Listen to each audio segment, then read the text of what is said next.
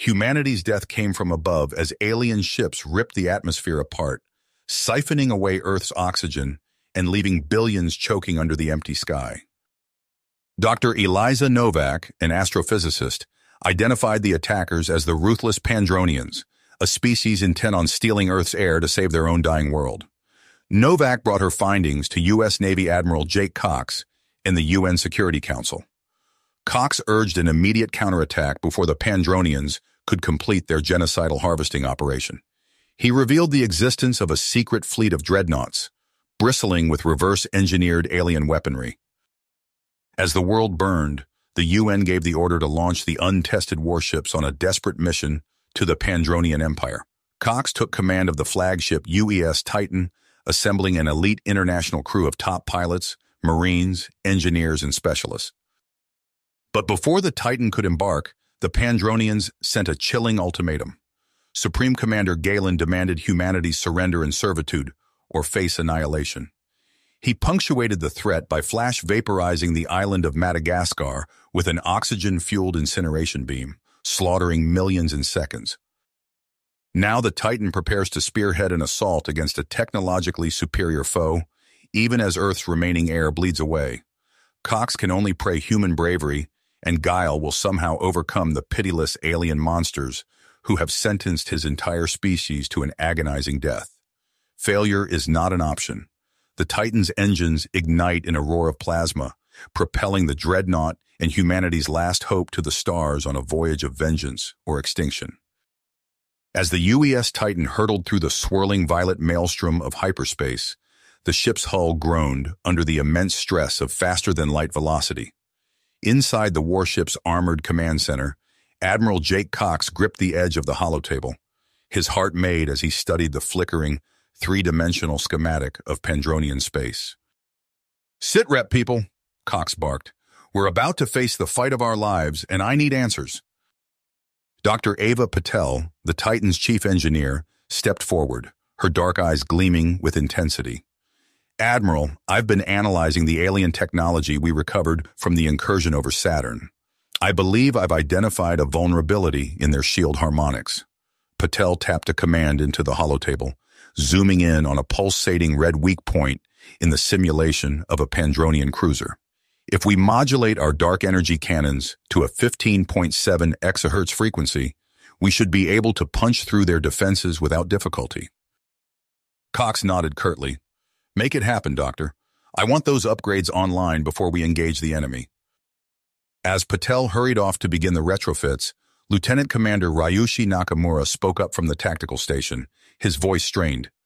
"Admiral Cox, priority message from Earth. It's not good, sir."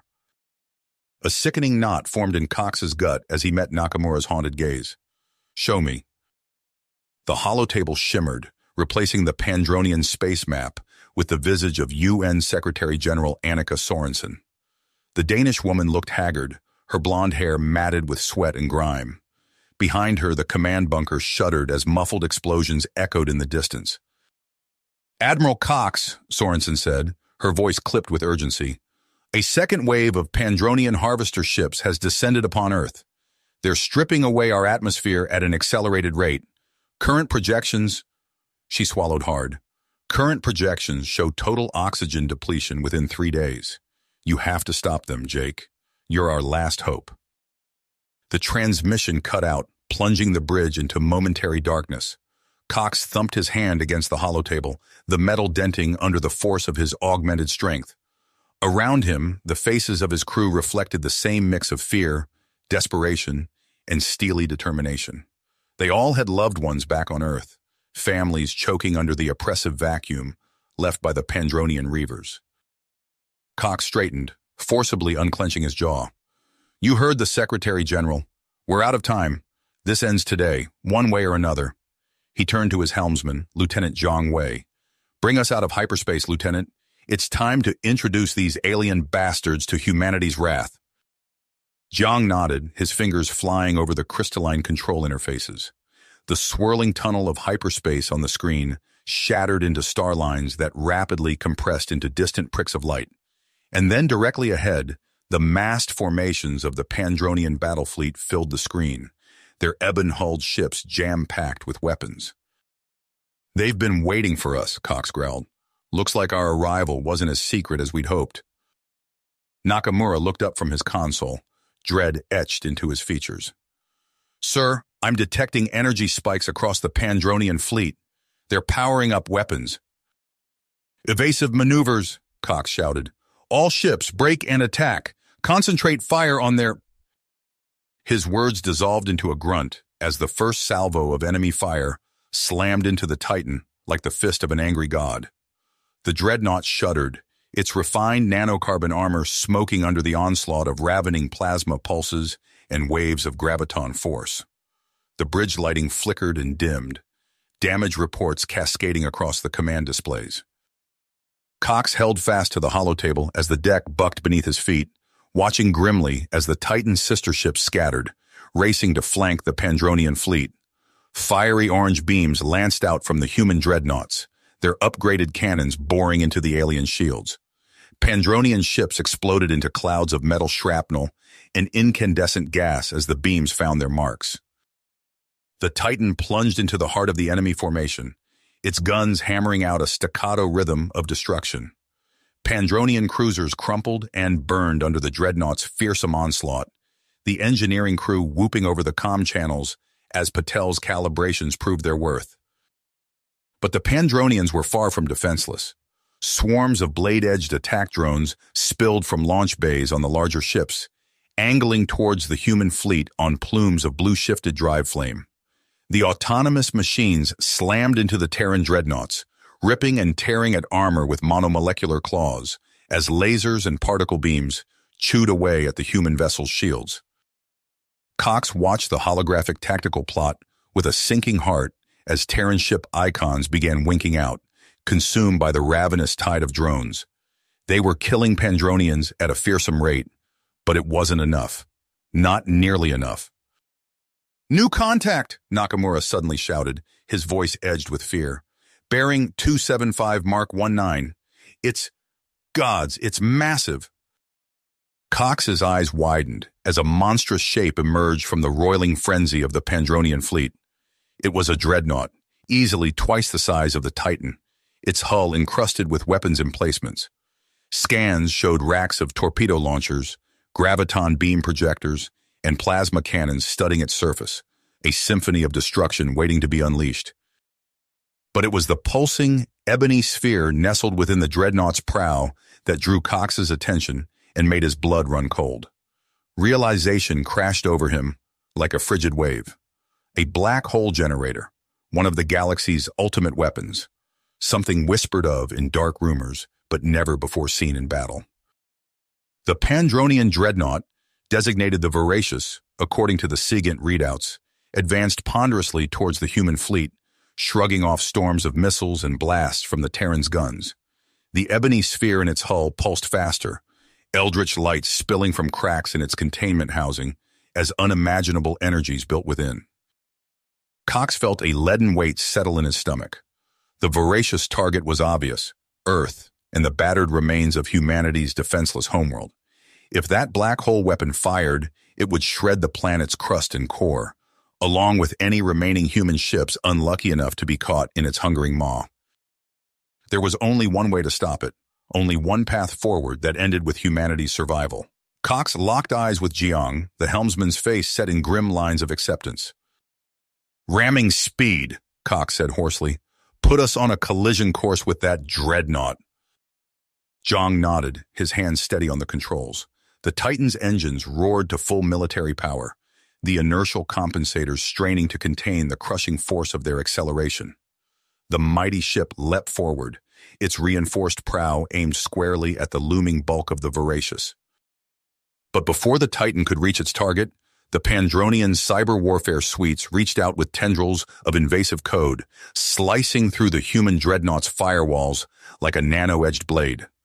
Hostile algorithms rampaged through the ship's computer core, seizing control of navigation systems and maneuvering thrusters. The Titan yawed wildly off course, spinning in an uncontrolled tumble away from its intended kamikaze run. On the bridge, consoles exploded in showers of flame and shrapnel, crew members screaming as rogue EM pulses arced through the air. Cox roared in frustrated rage, slamming his hands against the dead controls, but it was no use. Through the cracked view screen, he could only watch helplessly as the Voracious finished powering its terrible weapon. The black hole generator pulsed one final time, a swirling void of absolute darkness blossoming within the containment sphere. Then, with a blinding flash, a ravening beam of twisted space-time leapt from the generator, etching a line of utter annihilation across the stars. The beam moved with impossible speed, instantly crossing the vast distance to Earth orbit. Cox stared in numb horror as the beam struck the planet's already thin atmosphere, unraveling the molecules with savage efficiency. The beam chewed into the mantle next, shredding rock and metal, the impossible forces of the singularity at its heart devouring all. Continent-sized chunks of the Earth's crust peeled away, sucked into the howling abyss of the ravenous black hole. There was no shockwave, no deafening sound in the vacuum of space. But as the Titan tumbled, Cox saw the ocean waters flash boil and the clouds ignite, his homeworld shredding and splintering into a maelstrom of debris. It was a silent apocalypse, a world killed in the space of a few terrible seconds.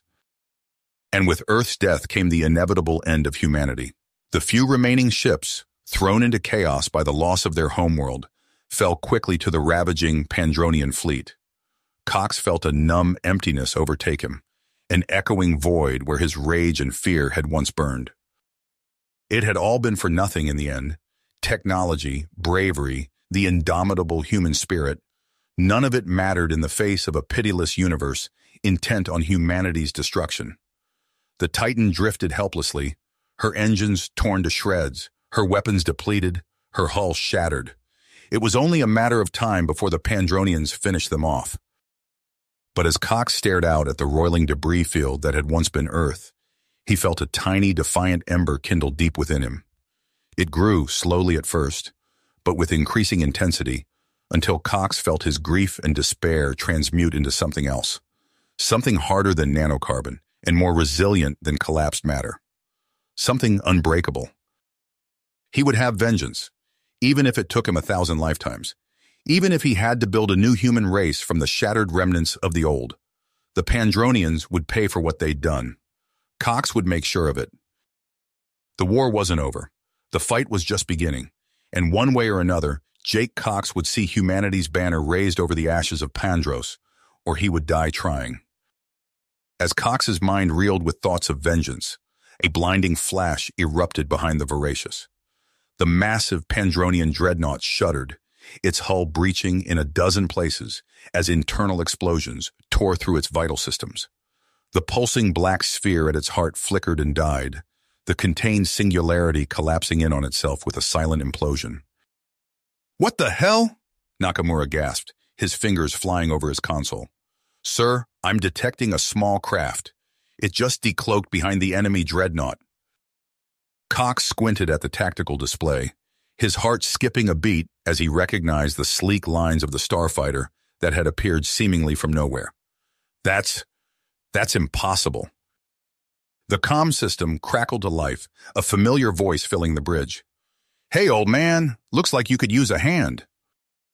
"Jax?" Cox whispered, scarcely daring to believe it. His son, his brilliant, reckless boy who'd been listed as KIA years ago, was alive. "In the flesh," Jax replied, his cocky grin evident even through the audio transmission. "I'd love to catch up, but we've got a war to win. Your system still compromised?" Cox shook himself out of his stupor. "Affirmative. Pandronian cyber warfare has us dead in the water." "Not for long," Jax said. "I'm transmitting a countermeasure package now. Should purge their malware and get you back in the fight." True to his word, within moments the Titan systems began to flicker back to life. Jiang let out a whoop of triumph as propulsion and weapons control returned to his fingertips. "All hands, battle stations!" Cox barked, newfound fire in his voice. "We're not done yet." As the Titans surged back into the fray, Cox's mind raced. The Pandronians were in disarray, their carefully laid ambush thrown into chaos by the loss of their flagship. It was now or never. Commander Nakamura, get me a secure channel to Major Volkov and his Marines, Cox ordered. And patch in Commander Moreau. We've got one shot at this, people. Let's make it count. Within minutes, Cox had outlined his audacious plan. Jax's starfighter would provide cover as Volkov's Marines boarded a crippled Pandronian harvester. Their objective? Seize control of its FTL drive and plot a course for the alien homeworld. It's a long shot, sir, Volkov's gruff voice came over the comm. But my boys are itching for some payback. We'll get it done. The next hour was a blur of frantic action. The Titan unleashed salvo after salvo, carving a path through the Pandronian fleet for Jax and the Marine assault shuttles. Cox watched the tactical display with clenched fists as the tiny dots representing his son and Volkov's team vanished into the bowels of the massive harvester. "Come on," he muttered, "come on." An eternity seemed to pass before Jax's voice crackled over the comm once more. "Titan Actual, this is Moreau. We've secured the bridge and nav systems, plotting a course for Zaxos Prime now." Cox allowed himself a grim smile. "Well done, Commander. All ships form up on that harvester. We're taking this fight to the enemy's doorstep." As the battered remnants of humanity's fleet gathered around their captured prize, Cox stared out at the debris field that had once been Earth. His homeworld was gone, but its children still fought on. And now, in a seemingly impossible way, they had a chance to strike at the very heart of their tormentors. "Hang on, everyone," Cox said as the harvester's FTL drive hummed to life. "This is going to be one hell of a ride." In a flash of impossible energies, Strike Group Titan vanished from the solar system, hurtling across the cosmos towards a final, desperate confrontation with the architects of humanity's near extinction. The harvester's FTL drive disengaged with a bone-rattling shudder, leaving Strike Group Titan suspended in the inky void above Zaxos Prime. Through the Titan's view screen, Cox beheld the Pandronian homeworld, a swirling orb of blues and greens, mockingly reminiscent of Earth. "Tactical assessment," Cox barked, his eyes never leaving the planet below. Nakamura's fingers flew over his console. "Sir, I'm detecting a massive energy field encompassing the entire planet. Some kind of planetary shield." Cox's teeth gritted. Of course it wouldn't be that easy. "Options?" Dr. Patel spoke up, her voice tinged with excitement. "Admiral, I've managed to breach their data networks. There's a weak point in the shield's power grid, an underground geothermal plant supplying energy to the main generator." "Good work, Doctor," Cox nodded. "Major Volkov, prep your Marines for a ground assault. We're going to hit that plant hard and fast." As Volkov's gruff acknowledgement came over the comm, Cox turned to his son. "Jax, I need you to lead an airstrike once that shield comes down. Clear a path for our infiltration team." "Consider it done, old man," Jax replied with a cocky grin. Within minutes, the senior officers had assembled in the Titan's war room. Cox laid out the plan, his voice steady and determined. "This is it, people. Our one shot at reclaiming what they stole from us. Volkov's team will breach the geothermal facility and overload the reactors. Jax, you'll provide air support for Nakamura and Patel's infiltration of the shield generator. Questions?" Silence met his words. Each officer's face was a mask of grim purpose. "Then let's bring the fight to these bastards."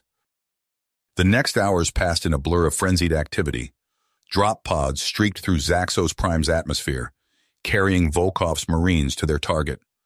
The Titan's guns roared to life, hammering Pandronian defenses as Jax's fighters screamed towards the planet's surface. Cox watched it all unfold on the tactical display, his fingers tightening as he gripped the command console. Volkov's team had breached the geothermal plant, but Pandronian resistance was fierce. Jax's squadron was taking heavy losses from ground-based ion cannons. "Come on," Cox muttered. "Come on." Suddenly, the shield flickered and died. Volkov's voice crackled over the comm, breathless but triumphant. "Reactors overloaded, sir. You've got your window."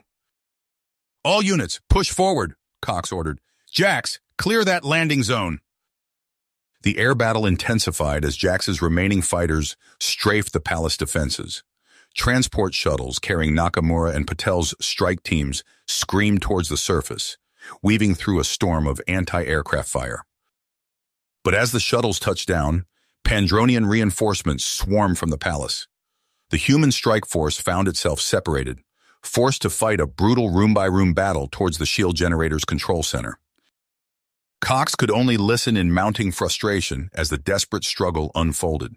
His people were dying down there, and he was powerless to help them.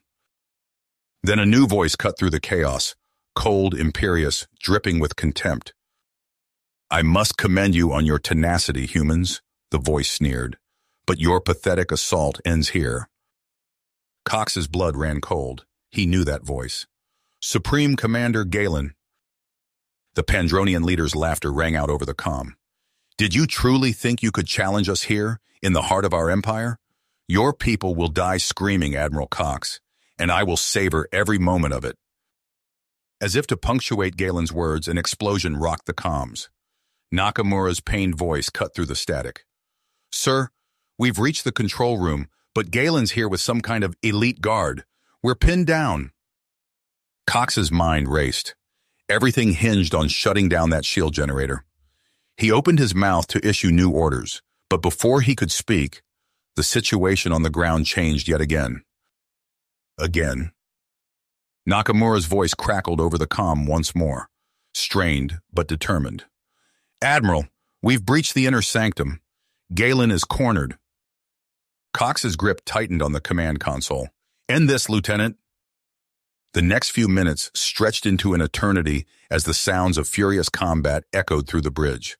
Suddenly, a deafening explosion rocked the comms, followed by an eerie silence. "Nakamura, report!" Cox barked. A moment passed before the lieutenant's weary voice returned. "Target neutralized, sir.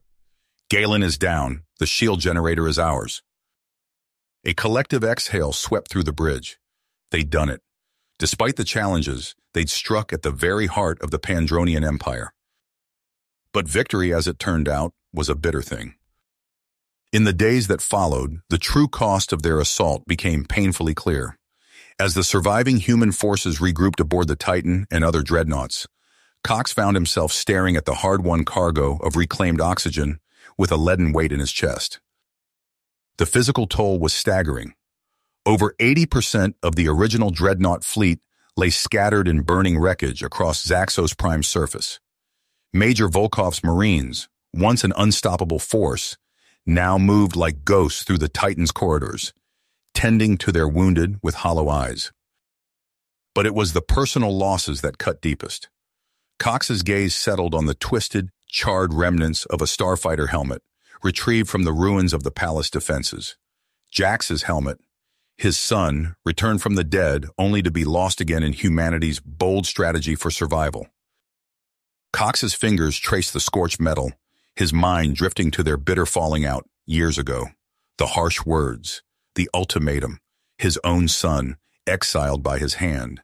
And now, this. "I'm sorry," Cox whispered to the empty air. "I failed you, as an officer, as a father." A hesitant voice broke through his reverie. "Admiral? There's a transmission from Earth, sir." Cox straightened, shoving his grief aside. "Put it through." The holographic display flickered to life, revealing a haggard-looking official from Earth's interim government. Her words hit Cox like physical blows. "Us, massive unrest. Nations fighting over dwindling resources. Long-term contamination detected in the biosphere. Unknown if Earth will ever fully recover." Cox's mind raced. They'd won the battle, but the war for humanity's survival was not nearly finished. He turned to Dr. Patel, who had been overseeing the stabilization of the reclaimed atmospheric processors. "Doctor, how long would it take to restore Earth's habitability?" Patel's expression was grim. "Decades at best, sir. Possibly centuries." Cox closed his eyes, the weight of command settling heavily on his shoulders. When he opened them again, there was a steely determination in his gaze. "We need to buy ourselves time," he said.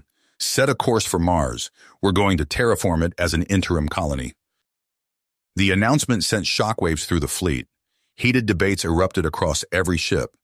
Some saw it as a bold step towards ensuring humanity's future. Others viewed it as a betrayal of their homeworld. The tension reached a breaking point when a group of hardline officers attempted to seize control of the Titan's bridge, demanding all resources be diverted to Earth. Cox watched with a mixture of pride and sorrow as Nakamura, his uniform still stained with blood from the assault on Zaxos Prime, was forced to remove the mutineers at gunpoint. As the fleet prepared to split into two task forces, one bound for Earth, the other for Mars, Cox allowed himself a moment of cautious hope. Perhaps, just perhaps, they had bought humanity a future. But the universe, it seemed, was not yet done testing their commitment.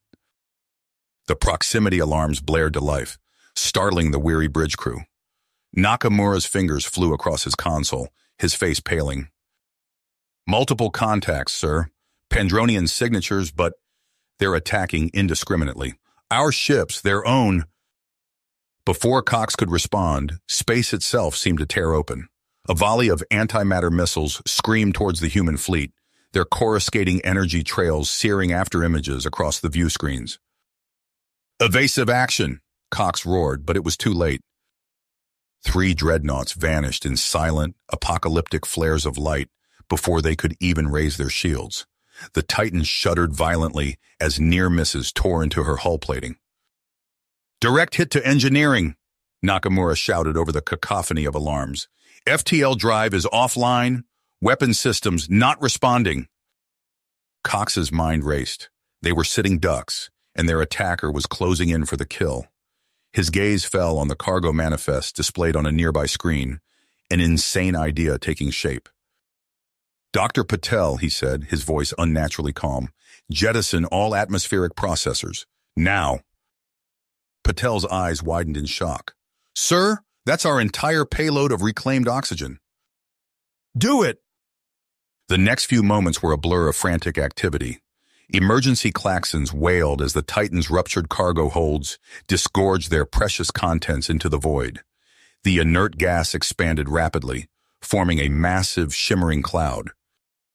Their attackers' missiles streaked into the impromptu smokescreen, their antimatter warheads fizzling harmlessly as they lost coherence in the diffuse vapor. On the tactical display, Cox watched with grim satisfaction as the enemy ship's targeting systems went haywire, unable to penetrate the oxygen cloud. "All ships full sublight thrust," Cox ordered. "Get us out of here." As the battered remnants of the human fleet limped away from the ambush site, Cox felt the adrenaline drain from his system. The weight of what they'd just sacrificed settled over him like a shroud. A week. They had perhaps a week of life support left. No FTL drive, no weapons. And somewhere out there, a relentless enemy hunting them through the stars. Cox looked around at the faces of his command staff, each bearing the hollow-eyed stare of those who have given everything and found it still wasn't enough. He took a deep breath, steeling himself for the conversation to come. "Senior officers to the war room," he said quietly. "We need to discuss our options." As they filed out of the bridge, Cox cast one last glance at the starfield beyond the view screen. The vast, uncaring void seemed to mock their struggles, their sacrifices. For the first time since this war began, Admiral Jake Cox allowed himself to consider the unthinkable: surrender. But fate, it seemed, had one last card to play. As the war room doors hissed shut behind them, a young ensign's voice crackled over the intercom. "Admiral, we're picking up a distress signal from the surface of Zaxos Prime." You have reached the end of the story. If you enjoyed this story and want to support us, please leave a like and subscribe to our channel. And for every comment that says 88, I will heart every single one of them. Thank you for your time.